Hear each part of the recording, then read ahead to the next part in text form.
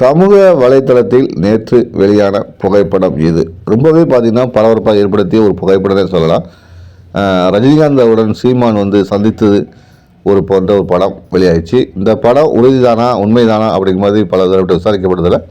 உண்மைதான்.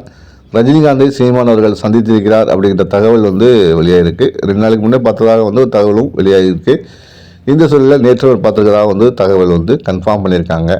யார் கன்ஃபார்ம் பண்ணான்னு பார்த்தீங்கன்னா, நாம் தமிழர் கட்சியுடைய முக்கிய பிரமுகர் அவருடைய எக்ஸ் வலைத்தளத்திலே இந்த படத்தை பகிர்ந்து சூப்பர் ஸ்டாருடன் அண்ணன் சீமான் அவர்கள் சந்தித்திருக்கிறார் என்றும் குறிப்பிட்டிருக்காங்க. அந்த வாசகத்தோடு குறிப்பிட்டிருக்கார். அவங்க தான் நாம் தமிழர் கட்சி சார்பில் தான் இந்த படத்தை எக்ஸ் வலைத்தளத்தில் பரப்பியிருக்காங்க.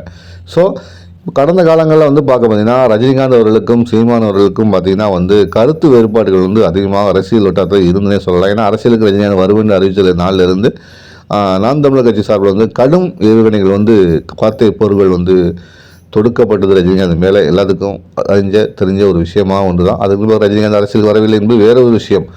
அதற்கு பிறகு அரசியல் தளம் தாண்டி சினிமா தளத்தில் இருக்கும்போது ரஜினிகாந்தை அவ்வப்போது சீமான் அவர்கள் பாராட்டி வந்திருக்கிறார். பிறந்தநாள் வாழ்த்தும் தெரிவிச்சிருக்காரு. இந்த நிலையில் தான் சீமான் அவர்களுக்கு பிறந்தநாள் கடந்த சில நாட்கள் முன்பு கொண்டாடப்பட்டுச்சு. பல்வேறு தரப்பினரும் வாழ்த்து தெரிஞ்சாங்க. தமிழக வெற்றி கழக தலைவர் விஜய் அவர்கள் வாழ்த்து தெரிஞ்சார். ரஜினிகாந்த் அவர்கள் வாழ்த்து தெரிஞ்சிருந்தாங்க. இந்த நிலையில் தான் ரஜினிகாந்த் அவர்கள் சீமான் சந்தித்து பேசியிருக்கிறார். சமீப காலமாக பார்த்தீங்கன்னா தமிழக வெற்றி கழகத்துக்கும் சீமான் அவர்களுக்கும் இடையே பனிப்போர் நடக்குன்னே சொல்லலாம்.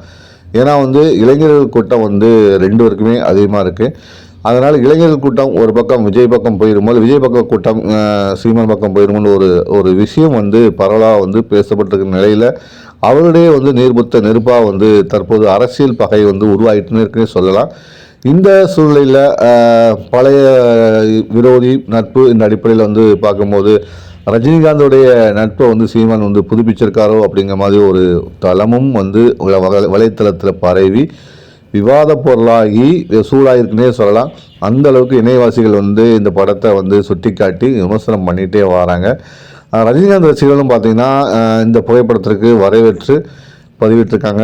நாம் தமிழர் கட்சியினரும் வரவேற்றிருக்காங்க. மற்றபடி பார்த்திங்கன்னா இந்த சந்திப்பு எதற்காக கிடந்தது, யார் அரேஞ்ச் பண்ணலாம் அப்படிங்கிற மாதிரிலாம் பல விஷயங்கள் விவாத பொருளாக மாறி இருக்குன்னே சொல்லலாம். ஏன்னா அரசியல் களத்தில் ஒவ்வொரு விஷயங்களும் நுணுக்கமாக கவனிக்கப்பட்டே வருது. ஒவ்வொரு சந்திப்புக்கு பின்னாலும் அரசியல் இருக்கும் என்பது ஆணித்தரமாக நம்பக்கூடிய ஒரு விஷயமாக இருக்கும்.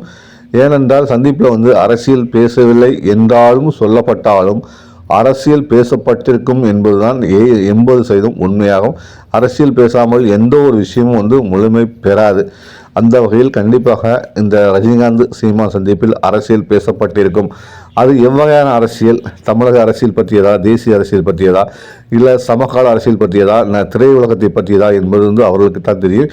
இதை பற்றி நீங்கள் கமெண்ட் பாக்ஸில் பதிவு பண்ணுங்கள். தொடர்ந்து அரசியல் பேசும். நான் உங்கள் பேனாக்காரன்.